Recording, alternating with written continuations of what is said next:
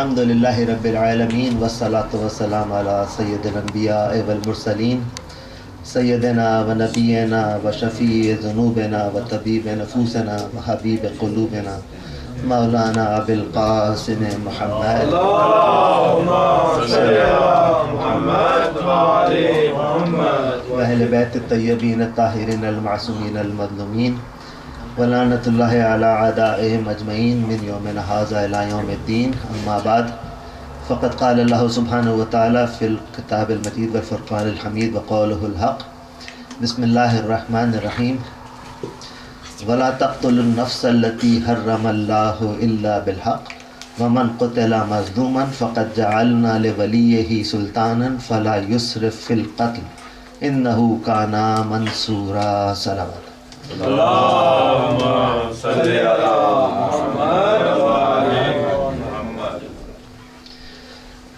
In the final episode of our quest to learn and talk about roles and responsibilities and rights in various aspects of life, last night we started our final talk on our rights and responsibilities towards our present Imam. Allahumma salli ala Muhammad wa ali Muhammad. Of course, recognizing our Imam is the basic right of our Imam. I promised last night that I will touch on a few topics in this regard, and with the extensiveness of the topic itself and the limitation of the times, I was sure today that I will not be able to touch on all those or keep that promise. However, I'm very glad that Ali took the role and talked about our rights in the time when our Imam is in occultation. So thank you, Ali, for that. I'll not touch on that at all.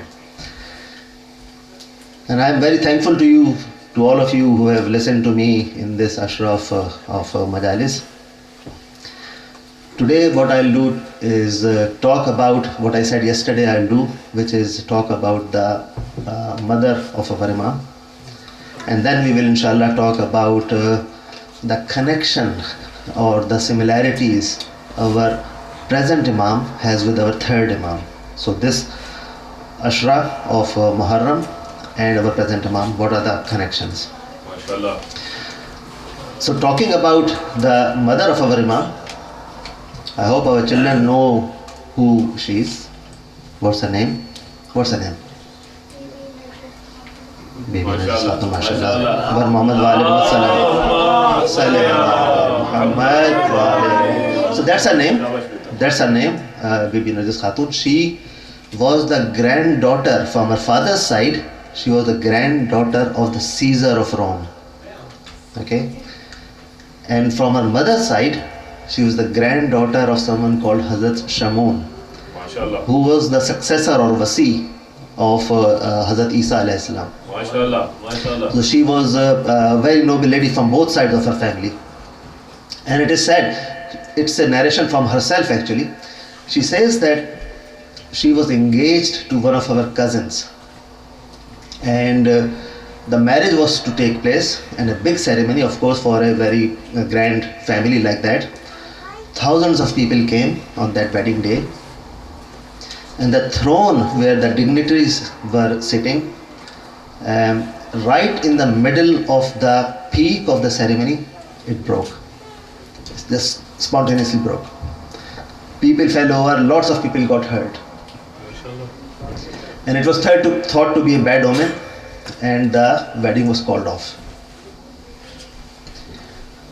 A bit later, few days, maybe weeks or months later, another attempt was made, this time to try and get her wed with another cousin. So again, big ceremony was held and thousands of people were invited and lots of people came, and the main people, more important people, were sitting on that throne, a new throne this time. And in the middle of the wedding, right at the peak of the ceremony, that one broke as well. And people fell and they got hurt. And then now they were really, so obviously they were religious people as well as people of the government. So they were really confused as to what was happening. So they did not arrange anything any further. Nothing happened afterwards. And then Bibi says that she once slept, and in a dream she saw that Jesus Christ, Hazrat Isa. So remember, this is a Christian family. So Jesus Christ came in a dream, and she also saw our holy prophet Hazrat Muhammad Mustafa sallallahu alaihi wasallam with Hazrat Ali Maulai Kainat with him. And these two Buzurgwar, these two people, they asked Jesus Christ or Hazrat Isa for the hand of Bibi for their son, our 11th Imam. And Hazrat Isa very with pleasure accepted that, and that was decided in her dream. She woke up. And then nothing happened for a while, and then in her another sleep in the night, she dreamed and saw this time Janabe Maryam, who's the mother of Hazrat Isa, children. So she saw Hazrat Maryam as a kind of representative of Hazrat Isa, who had accepted her offer of wedding.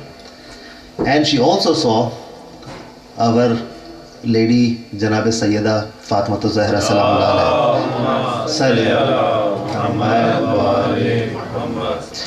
So she asked our lady Janabe Sayyida as to, now that I have been wed with your son, our 11th Imam, so when will the rukhsati take place? When will I will meet my husband? And she said, well, you will, but for that you first have to become Muslim. So she did Kalma Shahadatain and became Muslim in a dream. And she woke up. And then time passed by, and this time she again slept and had another dream. And this time she saw her husband himself. In one place I saw that it says her husband, and the other says it says her father-in-law, our 10th Imam. And she said same again, said, when will I go to my husband? And they said, well, okay, there's going to be a war or a mission where an army will be sent from your country. So somehow you join that army, and that mission will be defeated. Your army will be defeated, and you will be imprisoned. Don't worry, go to the prison. They will take you to Baghdad, the capital of Iraq. And this is the story for you children. So when you go to Iraq, I will arrange for you to be brought to us. So she did exactly the same, and obviously there was a army going to a war, and then it was defeated, and Lady Narjis Khatun was imprisoned. She was captured and she was sent to Baghdad. And there our 10th Imam arranged someone called Bashar bin Sulaiman, who was one of the descendants of Hazrat Abu Ayyub Ansari, the famous companion. He went, brought Bibi to Samarra, to the house of our 10th Imam. She saw him, and then she told him her story.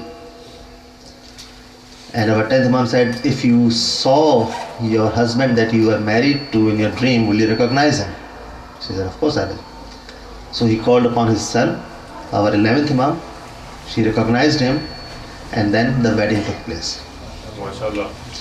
That's our 12th Imam, our present Imam, is the result of that marriage. Bar Muhammad Wali Muhammad Salawat. Allahumma salli ala Muhammad Wali Muhammad. So after this brief introduction of the family, you know our 11th Imam, and now the mother of our 12th Imam as well. Let's move on to see what's the connection of the time of Muharram. So our third Imam, Sarkar Sayyid Shuhada Hazrat Imam Hussain alayhi salatu wassalam, and our 12th Imam. So the ayat that I recited today as the subject heading of today's talk is the ayat number 33 of Surah number 17, Surah Bani Israel, also called Surah Isra.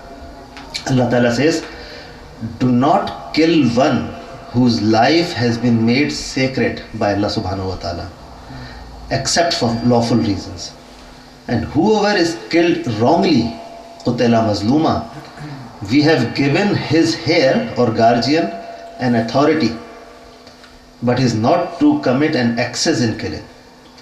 He would be helped by Allah subhanahu wa ta'ala. So in the explanation of this ayat, our fifth Imam, Hazrat Imam Baqir alayhi salam,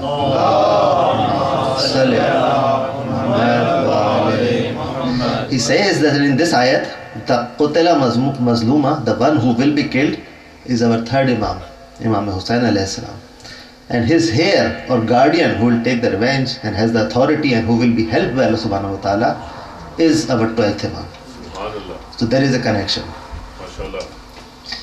Another connection. According to the hadith about the reappearance of our 12th Imam, the day our 12th Imam will reappear would be the day of Ashura.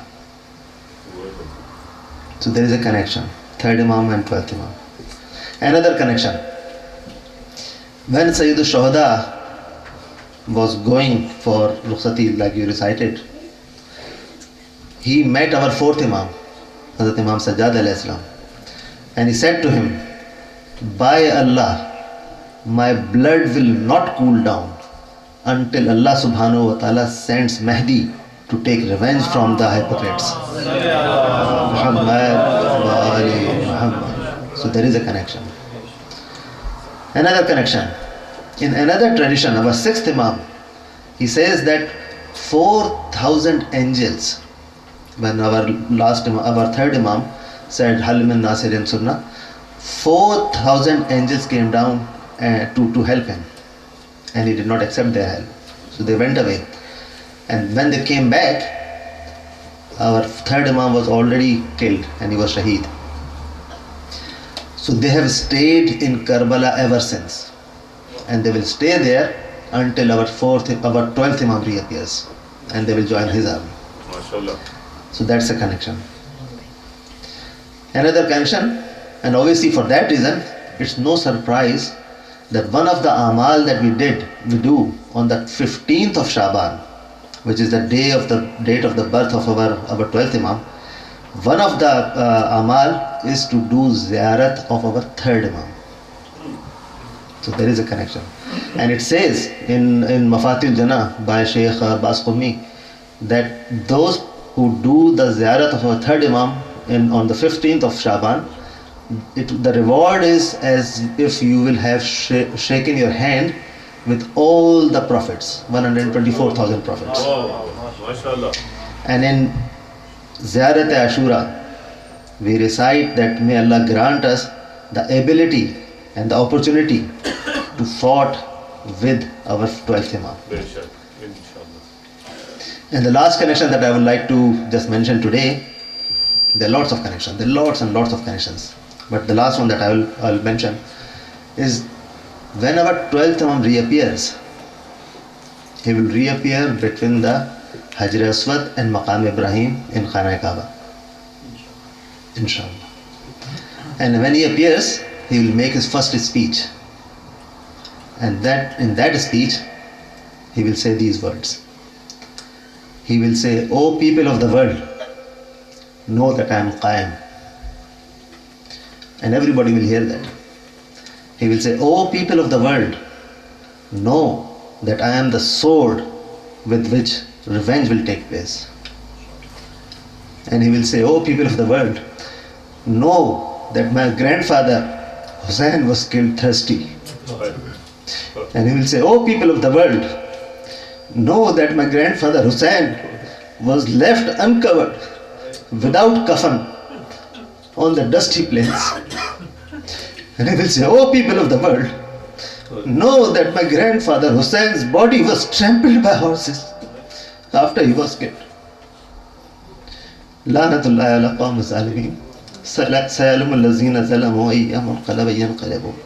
Wassalamu alaikum wa rahmatullahi wa barakatuh. And thank you very much for your listening this whole month, whole Ashura. Thank you.